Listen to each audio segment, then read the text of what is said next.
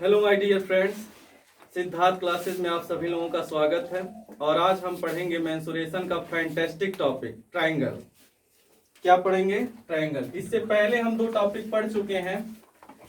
सबसे पहले हम लोग आयत पढ़े हैं, उसके बाद हम लोग वर्ग पढ़े हैं, और आज पढ़ेंगे त्रिभुज के बारे में।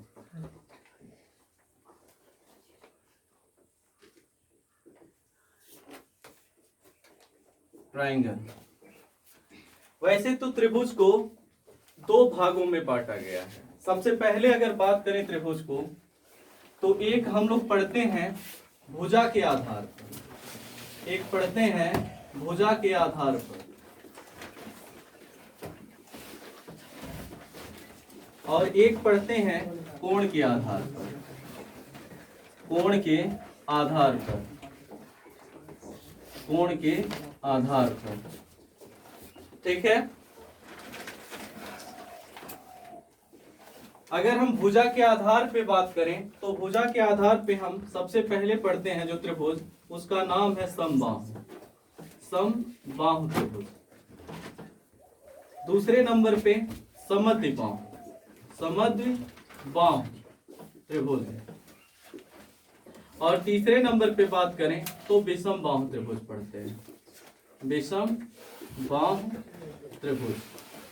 ये तो हो गए भुजा के आधार पे जो तीन प्रकार से हम पढ़ते हैं। एक होता है समबाहु, एक होता है समद्विबाहु, एक होता है विषमबाहु। कोण के आधार पे बात करें तो सबसे पहले पढ़ते हैं न्यून कोण त्रिभुज, न्यून कोण त्रिभुज। दूसरे नंबर पे पढ़ते हैं समकोण त्रिभुज, समकोण त्रिभुज। और तीसरे नंबर पे पढ़ते हैं अधिक कोण त्रिभुज, अधिक कोण त्रिभुज। वैसे माय डियर स्टूडेंट, यह त्रिभुज का सिंबल है। अब बात करें अगर समबाहु के, थोड़ा थोड़ा सबके बारे में जान लेते हैं। समबाहु त्रिभुज वह त्रिभुज होता है, सबसे पहले अगर बात करें समबाहु, समबाहु त्रिभुज। समबाहु त्रिभुज एक ऐसा त्रिभुज होता है जिसकी सभी भुजाएं क्या होती हैं? समान होती हैं। ए बी सी एक त्रिभुज है। अगर इसमें बात करें ए बी बी सी सी ए, ये सभी भुजाएं क्या होंगी? बिल्कुल समान होंगी। और आप नाम से ही देख रहे हैं समधन बाहु, समधन बाहु। बाहु का अर्थ होता है भुजा। बाहु को हम क्या कहते हैं? भुजा। तो बाहु का अर्थ होता है भुजा। सम मीन्स समान, यानी कि समान भुजा वाला त्रिभुज, समान भुजा वाला त्रिभुज। समान भुजा वाले त्रिभुज को हम समबाहु त्रिभुज कहते हैं। इसकी सभी भुजाएं क्या होती हैं? समान होती हैं। अगर दूसरे नंबर पे बात करें समद्विबाहु त्रिभुज की, किसकी बात करें? समद्विबाहु त्रिभुज की, समद्विबाहु त्रिभुज। अगर हम यहां पर एक आकृति बनाएं, ये कोई आकृति है ए बी सी, जिसे हम क्या कहते हैं? त्रिभुज।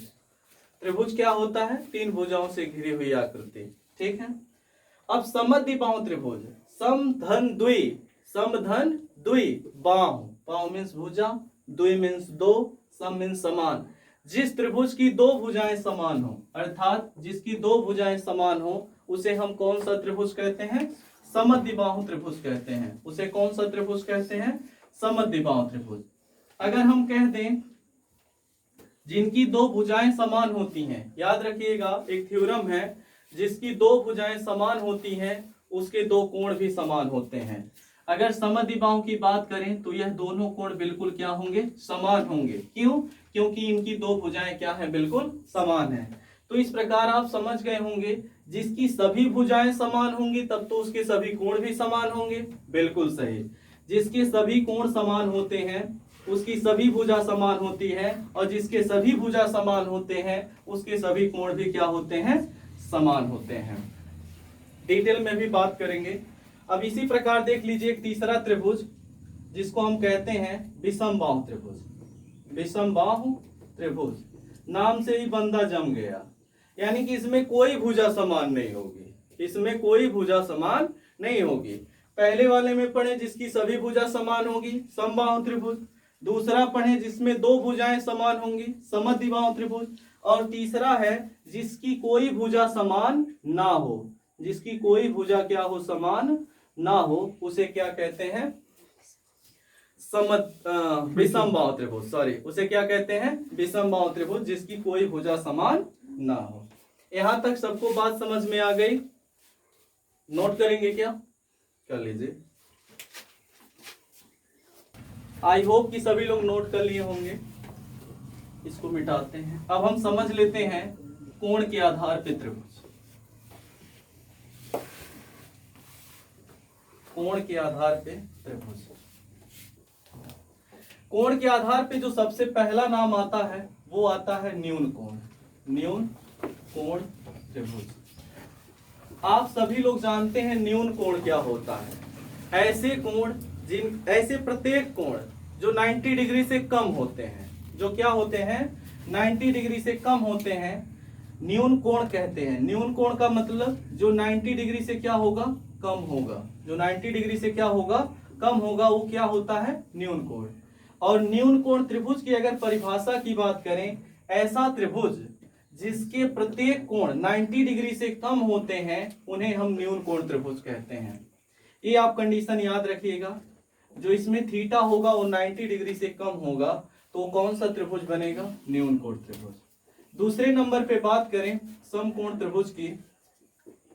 समकोण त्रिभुज, तो समकोण त्रिभुज में कम से कम एक कोण जो होगा वो कितने डिग्री का होगा, 90 डिग्री का होगा। ऐसे त्रिभुज को हम समकोण त्रिभुज कहते हैं। ऐसा कोई भी त्रिभुज हो, ऐसी कोई भी तीन भुजाओं से घिरी आकृति हो जिसका एक कोण 90 डिग्री का होगा, उसे हम समकोण त्रिभुज कहेंगे। और जिसके प्रत्येक कोण 90 डिग्री से कम होंगे उसे हम न्यून कोण त्रिभुज कहते हैं। और इसी क्रम में अगर हम बात करें अधिक कोण त्रिभुज की, अधिक कोण त्रिभुज की, तो अधिक कोण त्रिभुज ऐसा त्रिभुज होता है जिसके प्रत्येक कोण 90 डिग्री से क्या होते हैं, अधिक होते हैं। जिसका एक कोण कम से कम, सॉरी, जिसका एक कोण 90 डिग्री से क्या होगा, अधिक होगा, उसे हम क्या कहेंगे, अधिक कोण त्रिभुज कहेंगे। आई होप कि आपको तीनों बातें समझ में आ गई। अगर हम भुजा के आधार पे बात करें तो भुजा के आधार पे तीन त्रिभुज होते हैं, जिनमें सबसे पहले हम पढ़े हैं समबाहु त्रिभुज। ऐसा त्रिभुज जिसका प्रत्येक कोण क्या हो, समान हो, प्रत्येक भुजा समान हो, उन्हें हम समबाहु त्रिभुज कहते हैं। दूसरे नंबर पे पढ़ें समद्विबाहु त्रिभुज। ऐसा त्रिभुज जिसकी दो भुजाएं समान हो, ऐसे त्रिभुज को समद्विबाहु त्रिभुज कहते हैं। और एक थ्योरम भी बताएं, जिसकी दो भुजा बराबर होती है उसके दो कोण बराबर होते हैं। जिसकी सभी भुजाएं बराबर होती हैं उसके सभी कोण भी क्या होते हैं, बराबर होते हैं। और तीसरे त्रिभुज की बात करें तो विषमबाहु त्रिभुज पढ़े हैं। ऐसा त्रिभुज जिसकी कोई भुजा समान ना हो, ऐसी आकृति को हम विषमबाहु त्रिभुज कहते हैं। ठीक है। फिर कोण के आधार पे हमने पढ़ा न्यून कोण त्रिभुज। वह त्रिभुज होता है जिसका प्रत्येक कोण 90 डिग्री से कम हो। फिर दूसरे नंबर पे हम पढ़े समकोण त्रिभुज, जिसका एक कोण कम से कम 90 डिग्री का हो, उसे समकोण त्रिभुज कहेंगे। और तीसरे नंबर पे बात करें ऐसा त्रिभुज जिसका एक कोण 90 डिग्री से अधिक होता है, उसे हम क्या कहते हैं, अधिक कोण त्रिभुज कहते हैं। उसे क्या कहते हैं, अधिक कोण त्रिभुज कहते हैं। तो इतनी बात सबको समझ में आ गई होगी। अब हम सबसे पहले भुजा के आधार पे त्रिभुजों का अध्ययन करते हैं। सबसे पहले हम भुजा के आधार पे त्रिभुज का अध्ययन करते हैं। तो सबसे पहला नाम आएगा समबाहु त्रिभुज। समबाहु त्रिभुज। समबाहु त्रिभुज ए बी सी एक समबाहु त्रिभुज है। ठीक है। इसके प्रत्येक भुजा बराबर होते हैं, अर्थात प्रत्येक भुजा क्या है, ए है। तो अगर हम बात करें समबाहु त्रिभुज के परिमाप की, तो परिमाप के लिए हमने आपसे बताया था कि सभी भुजाओं का योग ही परिमाप होता है, अर्थात 3a, अर्थात क्या हो जाएगा, 3a। इसका परिमाप क्या हो जाएगा, 3a। आप तीनों भुजाओं को जोड़ सकते हैं या 3 का गुणा कर देंगे। और बात करें क्षेत्रफल की, समबाहु त्रिभुज का क्षेत्रफल। समबाहु त्रिभुज का जो क्षेत्रफल होता है वो √3/4 इंटू भुजा का स्क्वायर होता है। √3/4 इंटू भुजा का स्क्वायर। अगर बात करें समबाहु त्रिभुज, ये देखिए, ये शीर्ष से जो इसकी जो शीर्ष से पढ़ते हैं लंब या मध्यिका या शीर्ष लंब जो भी होते हैं सब एक ही चीजें होती हैं, समान होती हैं। तो अगर हम बात करें समबाहु त्रिभुज की ऊंचाई, समबाहु त्रिभुज की ऊंचाई या मध्यिका या शीर्ष लंब, तीनों की बात करें तो इनका एक ही फॉर्मूला होता है। वह क्या होता है? √3/2 इंटू भुजा। मोस्ट इंपॉर्टेंट फॉर्मूला है, सभी विद्यार्थी इसको नोट कर लेंगे। समबाहु त्रिभुज का जो परिमाप होता है वो परिमाप 3a होता है। समबाहु त्रिभुज के क्षेत्रफल की बात करें तो √3/4 इंटू भुजा का स्क्वायर होता है। समबाहु त्रिभुज की ऊंचाई की बात करें या मध्यिका की बात करें या शीर्ष लंब, आपको तीनों निकालना हो तो आप एक ही फॉर्मूले का इस्तेमाल कर सकते हैं, √3/2 इंटू भुजा। ये तो हो गई समबाहु त्रिभुज की बात। अगर एक पॉइंट और नोट करेंगे इसमें हम, जो कि मोस्ट इंपॉर्टेंट है, n भुजाओं वाले समबाहुभुज, यानी कि समान भुजा वाले, जितने भी हों क्या हो, समान भुजा वाले हों। n भुजाओं वाले समबाहुभुज का अगर क्षेत्रफल आपको निकालना है, n भुजाओं वाले समबाहुभुज का क्षेत्रफल आपको निकालना है। तो समबाहुभुज का मतलब समझ रहे हैं, जिसकी सभी भुजाएं समान हो, ऐसी कोई भी आकृति हो, चाहे वो पंचभुज हो, षष्ठभुज हो, अष्टभुज हो, नवभुज हो, दशभुज हो, एकादश भुज हो, चाहे जैसा हो, उनके लिए आप क्या करेंगे, √3/4 इंटू भुजा का स्क्वायर, जो आपके समबाहु त्रिभुज का क्षेत्रफल है उसमें n जो भुजा है उसका गुणा कर देंगे तो उस आकृति का क्षेत्रफल निकल जाएगा। n यहाँ क्या है, जहां n क्या है, n भुजाएं हैं, जहां n क्या है, भुजाएं हैं। ये तो बात हो गई समबाहु त्रिभुज की, इसकी बात हो गई समबाहु त्रिभुज की। इतना नोट कर लीजिए। चलिए, आई होप कि सभी लोग नोट कर लिए होंगे। इसके बाद हेडिंग डालते हैं समद्विबाहु। समबाहु में इससे ज्यादा पॉइंट नहीं है। अब हम बात करेंगे समद्विबाहु, दूसरे नंबर पे समद्विबाहु। अगर समद्विबाहु त्रिभुज की बात करें तो हमने बताया है ऐसी त्रिभुज जिसकी दो भुजाएं क्या होती हैं, समान होती हैं, तीसरी भुजा असमान हो, उसे हम समद्विबाहु त्रिभुज कहते हैं। मान लेते हैं ए के ठीक सामने भुजा ए है, ये दोनों बी है, दोनों समान भुजाएं हैं। अभी हमने आपको बताया जिसकी दो भुजाएं बराबर होती हैं उसके दो कोण भी बराबर होते हैं। इससे सभी विद्यार्थी अवगत हो चुके हैं। अगर बात करें समद्विबाहु त्रिभुज की, तो समद्विबाहु त्रिभुज में सबसे पहले अगर बात करें परिमाप की, माय डियर रसगुल्ला, अगर आपको हम बता दें ये दोनों समान भुजाएं हैं जिसको हमने बी माना है और यह असमान भुजा है, ठीक है। तो परिमाप की बात करें तो इसका परिमाप 2b+a होगा, 2b+a होगा समद्विबाहु त्रिभुज का परिमाप। अगर शीर्ष लंब की बात करें, शीर्ष से जो डाला गया लंब है, शीर्ष लंब की बात करें, समद्विबाहु त्रिभुज के शीर्ष लंब, समद्विबाहु त्रिभुज के यदि शीर्ष लंब की बात करें तो वह होता है 1/2 √4b² - a²। ये होता है समद्विबाहु त्रिभुज के शीर्ष लंब की लंबाई है। इसी क्रम में अगर बात करें समद्विबाहु त्रिभुज के क्षेत्रफल की, समद्विबाहु त्रिभुज के क्षेत्रफल की, तो समद्विबाहु त्रिभुज का जो क्षेत्रफल होता है वो होता है a/4 under root 4b² minus a²। क्या होता है? a/4 under root 4b² minus a² होता है समद्विबाहु त्रिभुज का क्षेत्रफल। इसके अतिरिक्त हमें समद्विबाहु त्रिभुज में और नहीं जानना है। इसके बाद हम बात करेंगे तीसरे नंबर पे विषमबाहु त्रिभुज की।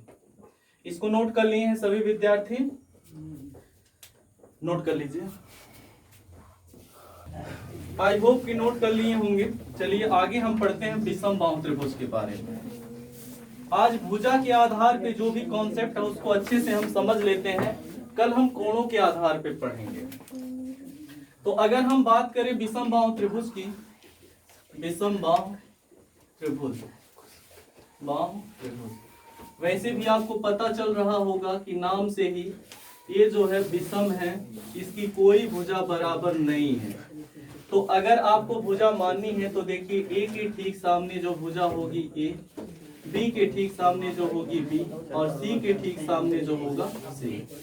तो अगर हम बात करें परिमाप की, विषमबाहु त्रिभुज के परिमाप की, तो जो विषमबाहु त्रिभुज का परिमाप होता है, जो विषमबाहु त्रिभुज का परिमाप होता है वो होता है a + b + c। ठीक है, a + b + c। आपने एक क्षेत्रफल, अगर हम विषमबाहु त्रिभुज के क्षेत्रफल की बात करें,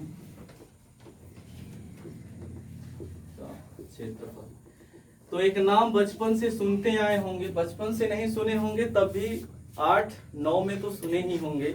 एक फॉर्मूला है जिसे कहते हैं हीरो फार्मूला। क्या कहते हैं? Hero formula. S - a, S - b, S - c, इसको कहते हैं हीरो फार्मूला। इसका एक नाम और है हीरो फार्मूला, हीरो सूत्र। इस सूत्र के द्वारा हम त्रिभुज का क्षेत्रफल ज्ञात करते हैं। वैसे जैसा इसका नाम है ऐसा इसका काम भी है। अगर आप मान लीजिए समबाहु त्रिभुज के क्षेत्रफल का सूत्र भूल गए या समद्विबाहु त्रिभुज के क्षेत्रफल का सूत्र भूल गए, अगर आपको यह सूत्र याद है तो इस सूत्र के आधार पे आप तीनों त्रिभुजों का क्षेत्रफल ज्ञात कर सकते हैं। कैसे ज्ञात करेंगे? पहले तो ये जान लीजिए यस क्या है। जहां S बराबर है a + b + c/2, तीनों भुजाओं के परिमाप का आधा, जिसे हम कहते हैं अर्ध परिमाप। S क्या है? अर्ध परिमाप है। ठीक, यहां तक बात समझ में आ गई। अगर हम इसको मिटा के आपको बताएं कि आप समबाहु त्रिभुज पे हीरो फॉर्मूला कैसे यूज करेंगे, विषमबाहु त्रिभुज पे हीरो फॉर्मूला कैसे याद करेंगे, तो ध्यान से देखिए। हम जानते हैं समबाहु त्रिभुज, समबाहु त्रिभुज जिसकी सभी भुजाएं क्या होती हैं? बिल्कुल बराबर होती हैं। अर्थात अगर हम कहें हीरो फॉर्मूले की बात करें तो क्षेत्रफल बराबर under root S - a, S - a हो जाएगा। ठीक है, जहां पर अगर इसका हम पेयर बना दें तो ये रूट से क्या हो जाएगा? बाहर हो जाएगा। तो a = आपको मिलेगा S - a in bracket S × S - a। आप इसका प्रयोग करके निकाल सकते हैं समबाहु त्रिभुज का क्षेत्रफल। इसी क्रम में बात करें समद्विबाहु का, समद्विबाहु त्रिभुज का, तो समद्विबाहु त्रिभुज में एरिया बराबर हो जाएगा अंडर रूट, कृपया शांत रहे सभी विद्यार्थी, S × S - a, S - b। इसमें दो भुजाएं हमने चित्र में आपको दिखाया था फिगर बना के। समान भुजा क्या है? B है, और असमान भुजा A है। तो यहाँ हो जाएगा S - b। तो A = हो जाएगा अंडर रूट, यहाँ ध्यान दीजिएगा, इसका पेयर बनाएंगे तो S - b बाहर हो जाएगा और अंदर हो जाएगा S × S - a। ये किसके लिए हो जाएगा? समद्विबाहु त्रिभुज के लिए। समबाहु त्रिभुज और समद्विबाहु त्रिभुज के लिए भी आप हीरो का फॉर्मूला यूज कर सकते हैं, इसीलिए तो इसको हीरो का फॉर्मूला कहते हैं। एक पॉइंट और है, यदि आपको तीनों भुजाएं नहीं पता है, तीनों की मध्यिकाएं ज्ञात हो, तो भी आप इसका प्रयोग कर सकते हैं। कैसे करेंगे? चलिए इसको जान लेते हैं। अगर हम बात करें कि ये त्रिभुज है, ये त्रिभुज है और इसकी हमें क्या ज्ञात है, मध्यिकाएं ज्ञात हैं।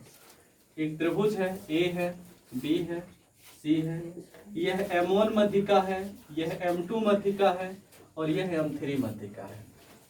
तो अगर हम बात करें हीरोन्स फॉर्मूले की तो हम यूज कर सकते हैं area equal to under root SM, यानी कि SM minus M1, SM minus M2 और एसएम माइनस M3, जहां SM equal to M1 plus M2 plus M3 upon 2। यह मध्यिकाओं का क्या है, अर्ध परिमाप है। अगर M1 plus M2 plus M3 यानी कि इन तीनों के योग का आधा कर दें, वही क्या है, एसएम है। तो इस फॉर्मूले के द्वारा यदि मध्यिकाएं ज्ञात हैं, त्रिभुज की मध्यिकाएं ज्ञात हैं, तो भी हम त्रिभुज का क्षेत्रफल आसानी से याद कर सकते हैं। आज हमने भुजाओं के आधार पर त्रिभुज का अध्ययन किया, कल हम कोणों के आधार पर पढ़ेंगे। ठीक है, वीडियो पसंद आए तो लाइक कर दीजिएगा। धन्यवाद।